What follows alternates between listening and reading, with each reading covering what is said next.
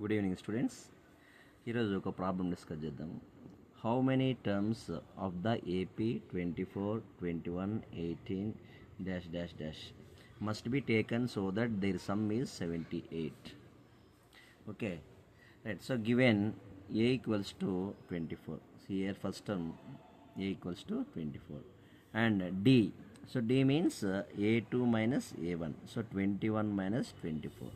21 minus 24 equals to -3 వస్తుంది. ఎందుకంటే ఇక్కడ మైనస్ డామినేట్ చేస్తున్నాయి కాబట్టి ఇక్కడ సింబల్ కూడా మనకు మైనస్ వస్తుంది. ఓకే, సో సో ఇక్కడ సమ్ ఈక్వల్స్ టు 78 ఇచ్చాడు. Sum equals to 78. That means Sn is equals to 78. Sn అంటే సమ్ ఆఫ్ ఎంటమ్స్ కదా, సో ఆ విధంగా Sn equals to 78.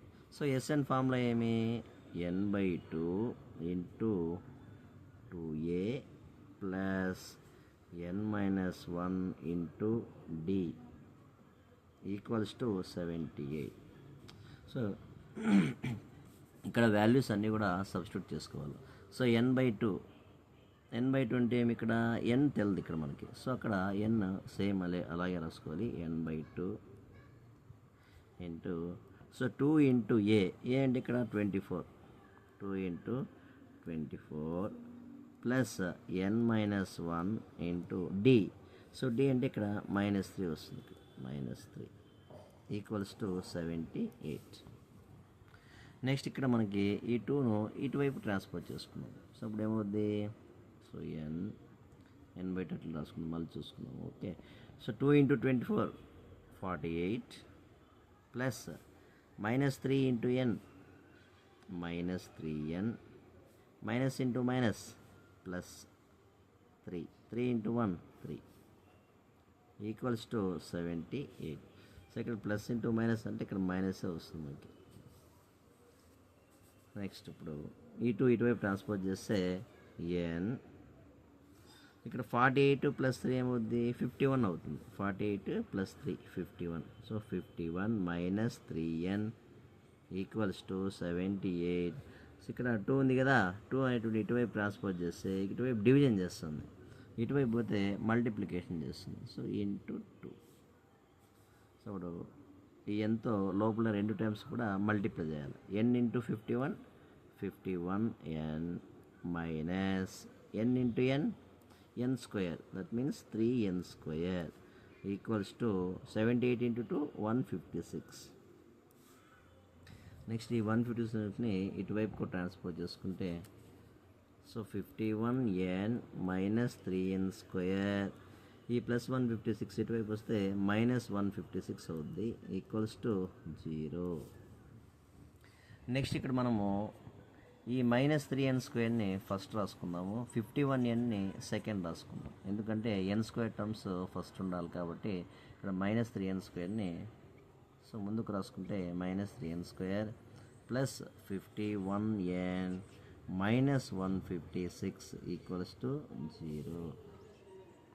Okay, so next ఇక్కడ మైనస్తో టోటల్ ఈక్వేషన్ మల్టిప్లై చేయాలి. ఎందుకంటే స్టార్టింగ్లో మైనస్ ఉండకూడదు కాబట్టి మనము టోటల్ ఈక్వేషన్ని మైనస్తో మల్టిప్లై చేస్తే టోటల్ సింబల్స్ అన్నీ కూడా చేంజ్ అయిపోతాయి.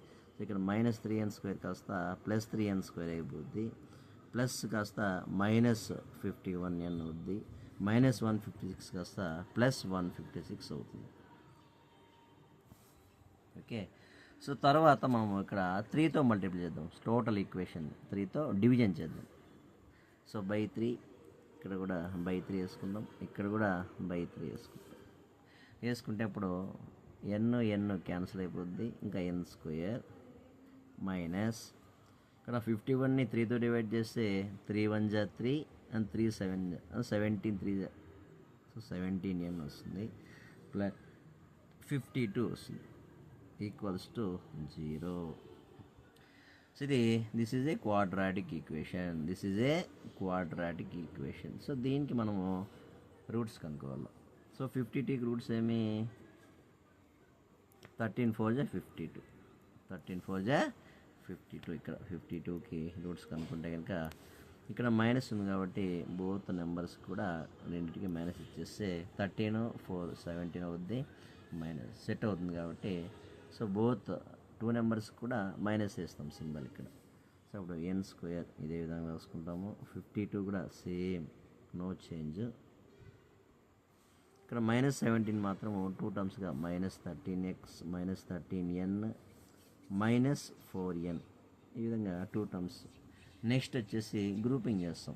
ఈ రెండు ఒక టర్మ్స్, తర్వాత ఈ రెండు ఒక టర్మ్స్గా గ్రూపింగ్ చేసుకుంటే ఫస్ట్ టూ టర్మ్స్లో ఎన్ కామన్గా ఉంది. ఇక్కడ ఎన్ స్క్వేర్లో ఎన్ ఉంది, ఇక్కడ 13nలో ఎన్ ఉంది. సో ఎన్ అక్కడ మనము కామన్ తీసుకుంటే కనుక ఇక్కడ ఏముంటుంది, ఎన్ స్క్వేర్లో ఒక ఎన్ బయటకు వస్తే ఇంకొక ఎన్ ఉంటుంది, ఎన్ -13nలో ఎన్ బయటకు వస్తే 13 ఉంటుంది. సేమ్ ఇక్కడ ఏమొస్తే ఇక్కడ కూడా సేమ్ అదే రావాలి కాబట్టి సో n - 13 = 0.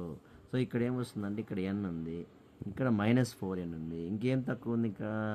సో -4 అనేటువంటిది రిమైనింగ్ ఉంది కాబట్టి ఓకే. అగైన్ మళ్ళీ n - 13 కామన్ తీసినట్టయితే n - 13 బయటకు వస్తే ఇక్కడ n ఉంటుంది, నెక్స్ట్ ఇక్కడ 4 ఉంటుంది, =0. So that means n - 13 = 0 or n - 4 = 0. So ఈ -13ని ఇటువైపు ట్రాన్స్పోజ్ చేస్తే n = 13 వస్తుంది. ఇటువైపు -4ని ఇటువైపు ట్రాన్స్పోజ్ చేస్తే n = 4 వస్తుంది. సో ఈ విధంగా మనకు therefore number of terms